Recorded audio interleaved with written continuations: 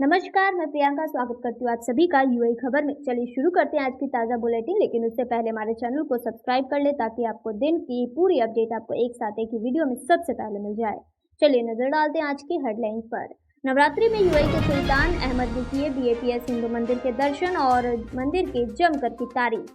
Air India की जयपुर से Dubai जाने वाली फ्लाइट कैंसिल, पिछले एक सप्ताह में दूसरी बार रद्द हुई उड़ान। दुबई में खेले गए भारत पाक मैच में भारत की जीत के बाद पीएम मोदी की पोस्ट से ख्वाजा आसिफ को लगी मिर्ची, कहा हम 6-0 से आगे। राष्ट्रपति ट्रंप के H1 वीजा फीस बढ़ाने से किसको मिलेगा फायदा, एक्सपोर्ट ने लिया इन दो देशों का नाम। टिकटॉक यूएस में 15% हिस्सेदारी खरीदेगा आबू धाबी का शाही परिवार। सिर्फ 1200 रुपए में हवाई सफर का मौका, एयर इंडिया एक्सप्रेस से लाई धमाकेदार सेल। और जानेंगे क्या है आज के रियल रेट, क्या है आज की गोल्ड रेट और क्या है आज के दिरहम रेट। चलिए खबरों की शुरुआत करते हैं, खबरों को विस्तार से समझते हैं। नवरात्रि में यूएई के सुल्तान अहमद ने किए बीएपीएस हिंदू मंदिर के दर्शन और मंदिर की तारीफ भी की। भारत में शारदीय नवरात्रि चल रहा है और यह हर तरफ मां दुर्गा के जयकारे सुनाई दे रहे हैं। वहीं नवरात्रि के दिनों में संयुक्त अरब अमीरात के प्रमुख बिजनेसमैन और डीपी वर्ल्ड के ग्रुप चेयरमैन एवं सीईओ सुल्तान अहमद बिन सुलाइम ने अपने पुत्र गनीम बिन सुलाइम के साथ आबू धाबी स्थित बीएपीएस हिंदू मंदिर का दर्शन किया। बिन सुलाइम जो पोर्ट कस्टम एवं फ्री जोन कॉरपोरेशन के अध्यक्ष भी है, उन्होंने लगभग 2 घंटे मंदिर की भव्य वास्तुकला, आध्यात्मिकता और सांस्कृतिक धरोहर का अनुभव किया। बता दें कि मंदिर यात्रा के दौरान उन्होंने स्वामी ब्रह्मा विहार दास जी से भेंट की, जिन्होंने उनका हार्दिक स्वागत किया। स्वामी जी ने बिन सुलाइम का आभार व्यक्त करते हुए कहा कि कोविड-19 महामारी के दौरान मंदिर के पत्थरों के परिवहन में डीपी वर्ल्ड की सहायता अमूल्य रही। उन्होंने बताया कि उद्घाटन से पहले, दौरान और बाद में भी बिन सुलाइम की उपस्थिति शक्ति और प्रेरणा का स्रोत बनी। बिन सुलाइम ने कहा कि मैं सम्मानित हूं कि हम यहां आए हैं। बढ़ते हैं दूसरी खबर की ओर। एयर इंडिया की जयपुर से दुबई जाने वाली फ्लाइट कैंसिल, पिछले एक सप्ताह में दूसरी बार रद्द हुई उड़ान।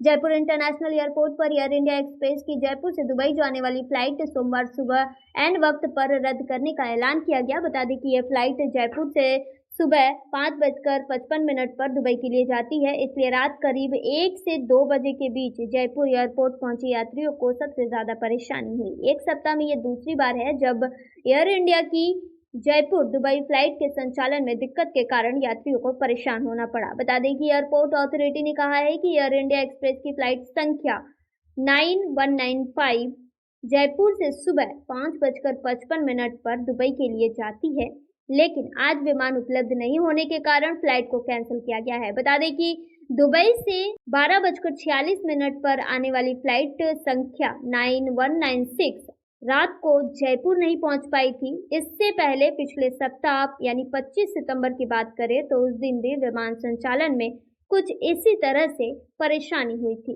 बढ़ते तीसरे खबर की ओर। दुबई में खेले गए भारत पाकिस्तान मैच में भारत की जीत के बाद पीएम मोदी की पोस्ट से ख्वाजा आसिफ को लगी मिर्ची, कहा हम 6-0 से आगे। भारत ने एशिया कप 2025 के फाइनल में पाकिस्तान को 5 विकेट से रौंद दिया। बता दें कि दुबई में खेले गए फाइनल के बाद प्रधानमंत्री मोदी ने टीम इंडिया को जीत की बधाई देते हुए ऑपरेशन सिंदूर का जिक्र किया। पीएम मोदी की सोशल मीडिया पर पोस्ट से पाकिस्तान के रक्षा मंत्री ख्वाजा आसिफ को मिर्ची लग गई है। बता दें कि उन्होंने पोस्ट पर रिएक्शन देते हुए कहा है कि ऐसे शांति नहीं आएगी। ख्वाजा आसिफ ने पीएम मोदी की एक्स पोस्ट को लेकर लिखा, क्रिकेट की संस्कृति और भावना को नष्ट करके मोदी अपनी राजनीति बचाने के लिए उप महाद्वीप में शांति और समस्याओं के समाधान की संभावनाओं को खत्म कर रहे हैं। इस तरह शांति और सम्मान बहाल नहीं होता। पाकिस्तान भारत युद्ध का स्कोर 6-0 था। हम कुछ नहीं कह रहे हैं। मोदी को भारत और दुनिया दोनों में अपमानित किया गया है। ख्वाजा आसिफ की पोस्ट में दिलचस्प बात यह है कि 72 घंटे पहले ही पीएम शहबाज शरीफ ने संयुक्त राष्ट्र महासभा के मंच पर दावा किया था कि पाकिस्तानी सेना ने भारत के साथ 4 दिनों की युद्ध के दौरान भारतीय वायुसेना के 7 जेट्स को मार गिराया था। अब 72 घंटे बाद उनके अपने ही रक्षा मंत्री ने 6 जेट्स को गिराने का दावा किया है। बढ़ते चौथे खबर की ओर। राष्ट्रपति ट्रंप के H1 वीजा फीस बढ़ाने से किसको मिलेगा फायदा, एक्सपोर्ट ने लिया इन दो देशों का नाम। अमेरिका ने H1 वीजा प्रोग्राम की फीस बढ़ा दी है। बता दें कि इस फैसले से अमेरिका में काम करने की चाह रखने वाले विदेशी प्रोफेशनल्स, खासकर टेक्नोलॉजी और इंजीनियरिंग सेक्टर के लोगों ने निराशा जताई है। बता दें कि CNBC की रिपोर्ट के मुताबिक खाड़ी देश काफी समय से दुनिया का AI सेंटर बनने की कोशिश में है।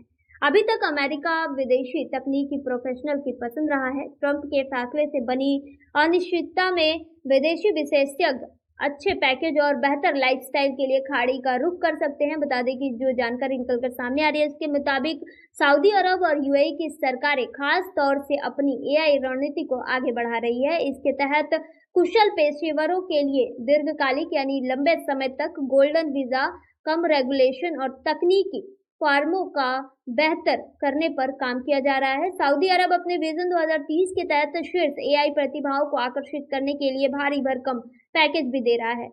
डालमा कैपिटल के संस्थापक जाचरी सेफराटी ने सीएनबीसी को बताया कि यूएई की तकनीकी कंपनियां शीर्ष विदेशी प्रतिभाओं को नियुक्त करने के लिए श्रम बाजार के लचीलेपन को एक प्रमुख लाभ मानती है। दूसरे देशों में विदेशी श्रम सीमाओं में वृद्धि का प्रभाव एक प्रतिभा केंद्र के रूप में यूएई के लिए आकर्षण और बढ़ा देता है। बढ़ते पांचवें खबर की ओर, टिकटॉक यूएस में 15% हिस्सेदारी खरीदेगा अबू धाबी का शाही परिवार। अबू धाबी का शाही परिवार, जिसे दुनिया के सबसे धनी परिवारों में गिना जाता है, अब टिकटॉक के यूएस ऑपरेशन में हिस्सेदारी खरीदने जा रहा है। बता दें कि रिपोर्ट के अनुसार शेख तहनून बिन जायद अल नहयान की अगुवाई वाले फंड एमजीएक्स कंपनी में 15% हिस्सेदारी खरीदेगा और बोर्ड में एक सीट भी हासिल करेगा। द गार्जियन की रिपोर्ट के मुताबिक अबू धाबी का शाही परिवार टिकटॉक यूएस में हिस्सेदारी खरीदेगा, जिसकी कीमत $14 बिलियन बताई गई है। बता दें, गुरुवार को 25 सितंबर को ट्रंप ने इस डील को मंजूरी देते हुए एक एग्जीक्यूटिव ऑर्डर पर हस्ताक्षर किए हैं। उन्होंने कहा कि टिकटॉक अब अमेरिका के लोगों की मालिकाना हक में होगा और वे इसे नियंत्रित करेंगे। उन्होंने शर्तों को अंतिम रूप देने के लिए 120 दिन का समय दिया है। इस डील में ओरेकल के Larry Ellison, private equity firm silver lake और अबू धाबी का एमजीएक्स संयुक्त रूप से टिकटॉक यूएस में लगभग 45% हिस्सेदारी रखेगा, जबकि चीनी मूल का कंपनी बाइडांस 19.9% हिस्सेदारी बनाए रखेगी और बाकी हिस्सेदारी पुराने व नए निवेशकों में बांटेंगी। सिर्फ 1200 रुपए में हवाई सफर का मौका, एयर इंडिया एक्सप्रेस लाई धमाकेदार सेल। एयर इंडिया एक्सप्रेस ने यात्रियों के लिए अपनी पेडे सेल शुरू कर दी है। बता दें कि इस ऑफर में घरेलू और इंटरनेशनल दोनों उड़ानों पर जबरदस्त छूट मिलेगी और घरेलू फ्लाइट्स का किराया सिर्फ 1200 रुपए से शुरू है और वहीं इंटरनेशनल टिकट की बात करें तो 3724 रुपए मिल रहे हैं। यह सेल 27 सितंबर से शुरू हो चुकी है। पहले दिन सिर्फ एयरलाइन की वेबसाइट और मोबाइल ऐप पर बुकिंग खुली थी, लेकिन 28 सितंबर से यह सभी प्लेटफॉर्म पर मिल रही है। इस ऑफर के तहत यात्री 12 अक्टूबर से 30 नवंबर 2025 के बीच सफर कर सकते हैं। टिकट बुक करने के लिए अंतिम तारीख 1 अक्टूबर है। छूट पाने के लिए यात्री को प्रोमो कोड फ्लाई AIX इस्तेमाल करना होगा। बता दें कि एक्सप्रेस लाइट टिकट जो है 1200 रुपए से शुरू है, लेकिन इसमें चेक इन बैगेज भी शामिल नहीं है। एक्सप्रेस वैल्यू टिकट 1300 से मिल रहे हैं, जिसमें बैगेज समेत कुछ और फायदे भी शामिल है। इंटरनेशनल रूट के लिए किराया लाइट 3724 रुपए से लेकर वैल्यू 4674 से शुरू होता है। अगर आप एयरलाइन के मोबाइल ऐप से टिकट बुक कर सकते हैं तो कोई कन्वीनियंस फीस नहीं लगेगा। बता दें कि साथ ही बैगेज पर भी छूट दी जा रही है। घरेलू उड़ानों में 15 किलो चेक इन बैगेज का शुल्क सिर्फ 1500 रुपए है। इंटरनेशनल उड़ानों में 20 किलो बैगेज का शुल्क 2500 रुपए रखा गया है, जो सामान्य से काफी कम है। बिजनेस क्लास में सफर करने वालों को इस ऑफर में 20% तक की छूट मिल रही है। इसके अलावा ज्यादा legroom, free hot meals, priority boarding और बैगेज हैंडलिंग जैसी सेवाएं शामिल है। बता दें कि ये सुविधा एयर इंडिया एक्सप्रेस के 40 से ज्यादा नए बोइंग 737-8 विमानों में उपलब्ध होगी। और जानेंगे क्या है आज के रियाल रेट। आज एक सऊदी रियाल में 23.66 रुपया है, जो पिछले दिन 23.64 था। वही एक सऊदी रियाल में 37.63 नेपाली रुपये है, जो पिछले दिन 37.71 नेपाली रुपये था। वही एक सऊदी रियाल में 32.30 बांग्लादेशी टका है, जो पिछले दिन 32.37 बांग्लादेशी टका था। वही एक सऊदी रियाल में 75.03 पाकिस्तानी करेंसी है, जो पिछले दिन 75.03 पाकिस्तानी करेंसी था। वही एक सऊदी रियाल में 23.52 भूटानी करेंसी है, जो पिछले दिन 23.57 भूटानी करेंसी था। जानेंगे क्या है आज के गोल्ड रेट। दुबई में आज 18 कैरेट सोने का दाम 345 दिरहम है, जो पिछले दिन 343.20 दिरहम था। यानी आज गोल्ड रेट 18 कैरेट की भारतीय मुद्रा में बात करें तो 8,337 रुपए है। वहीं 22 कैरेट गोल्ड का दाम 419.50 दिरहम प्रति ग्राम है, जो भारतीय मुद्रा में 10,137 के होते हैं, जो पिछले दिन 419.50 दिरहम प्रति ग्राम था। वहीं दुबई में 24 कैरेट सोने का दाम 453.25 दिरहम है, जो पिछले दिन 453.25 दिरहम था।